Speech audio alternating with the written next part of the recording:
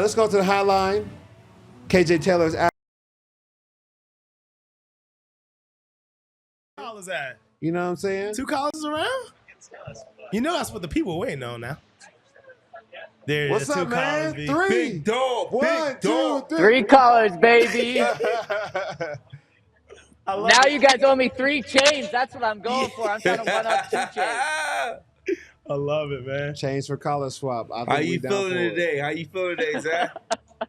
Oh, my goodness. Guys, that was the best game I don't even know since when, especially because the Broncos come out on top. I mean, that game was on the verge of being either a disaster or an absolutely incredible game, and this went to the incredible side. The defense gives up over 500 yards. Jerry Jeudy has a historic game, but the defense comes up with the big plays. Bo Nix has a monster 93-yard touchdown pass, which had 0.4 yards of separation, and he was still able to get a ball that was thrown almost 50 yards in the air right to Marvin Mims in stride. And we saw 2 100-yard receivers in this game on the Broncos side, guys. It doesn't get any better than this. We finally saw points, too. 41 points is the most points. Todd, do you know the last time the Broncos scored more than 41 points in a game? I'm asking you specifically, so think about this. 41 points in the game? Let's go, TD. This is making me sound like the Payton days. Against the Cardinals. It's had to be the Payton days. Against the Cardinals. That's it. Oh, you got it. And Todd, what happened in that game? When was that? What happened in the game on that defensive side of the ball? 2 pick sixes and a whole bunch of butt whooping. Exactly. That's what happened. Now, that game wasn't nearly as close, but this game also had 2 pick sixes in it, 41 points. First game that the Broncos have scored that many points since 2018. Just an incredibly fun game. And, hey, the nation got to enjoy the Broncos on prime time. It wasn't painful for them. Yeah, it's been a long time since the Broncos have been on prime time, but I think they punched their ticket to have another primetime game. Take us into the locker room. What are they talking about after this big win?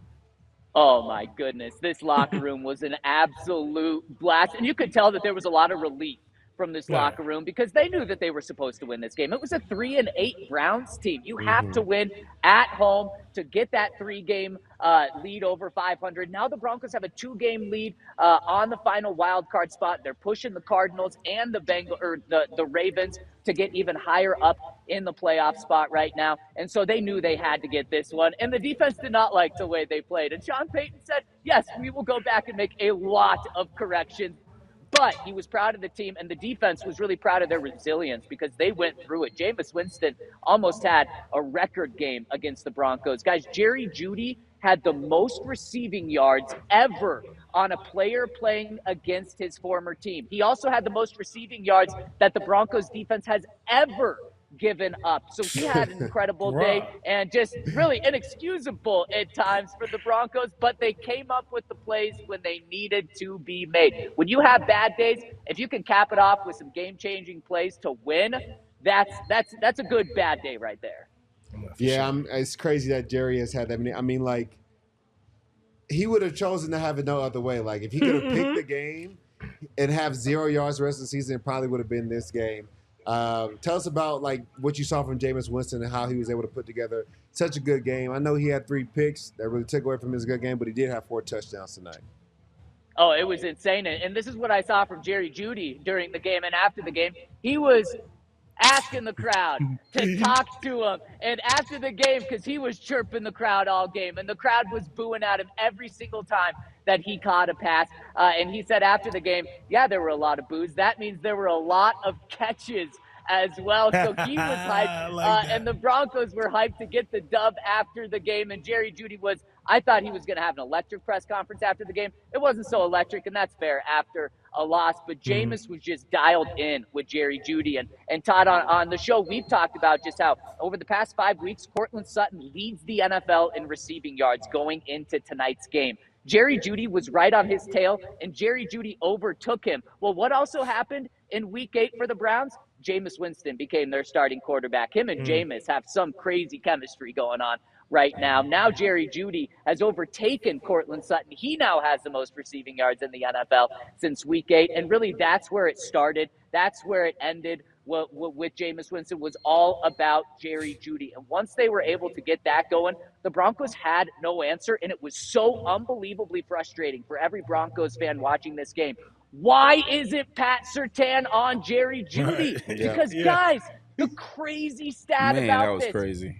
when Jerry Jeudy was lined up against Pat Surtain, he had 2 catches for 20 yards. That's what we thought was going to happen. We thought that Pat Surtain was going to smother Jerry Jeudy and take him out of this game. And when he was on him, that's what happened. But when he was not on him, Jerry Jeudy had 7 catches for 217 yards. You've got to be kidding me. And we asked Sean after the game, like, how do you let that happen? Why isn't Pat on Jerry all game, especially with the success he had? And he said, that's on us as coaches. It's too easy in our defense right now for a team to motion a guy after the defense is already set and then take that guy that's following off.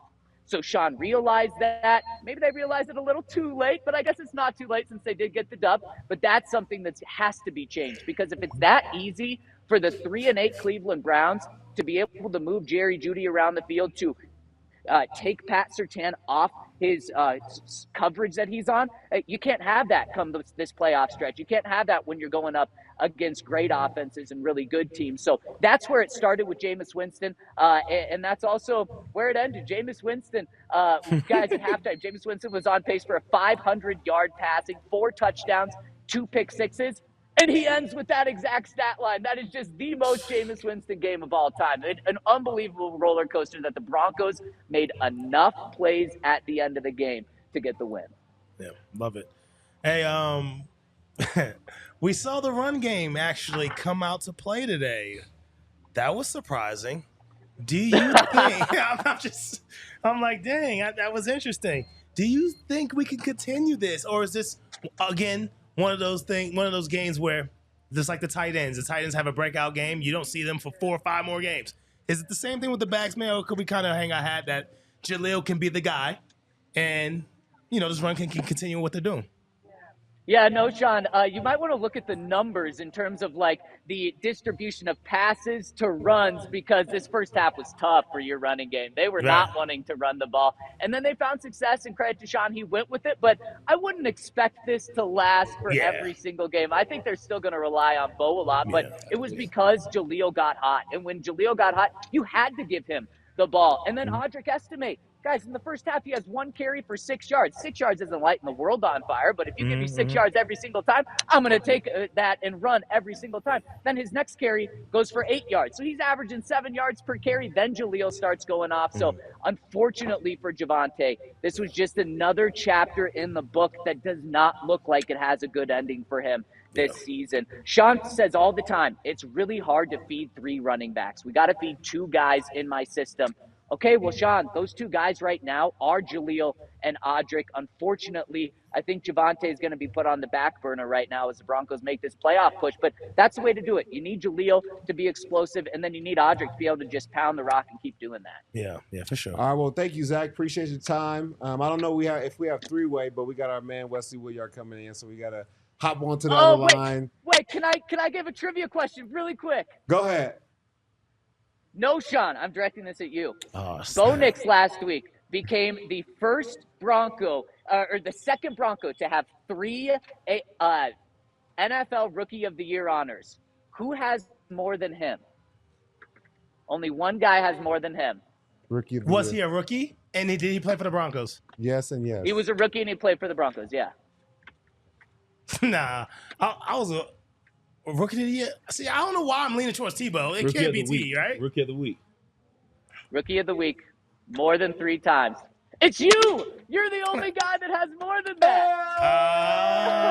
That's that guy. That's that guy. Mr. Monday Night. Oh my goodness. That's why you're so tough Who on is Bo. that guy? Interesting. Good trivia. I said, and it couldn't have been Tebow because I mean, yeah. So I thought it was Tebow, but all right. Interesting. All right, I'll get out of here. You guys can kick me it. out now. All right, man. We'll see you tomorrow, 10 o'clock. All right, Zach.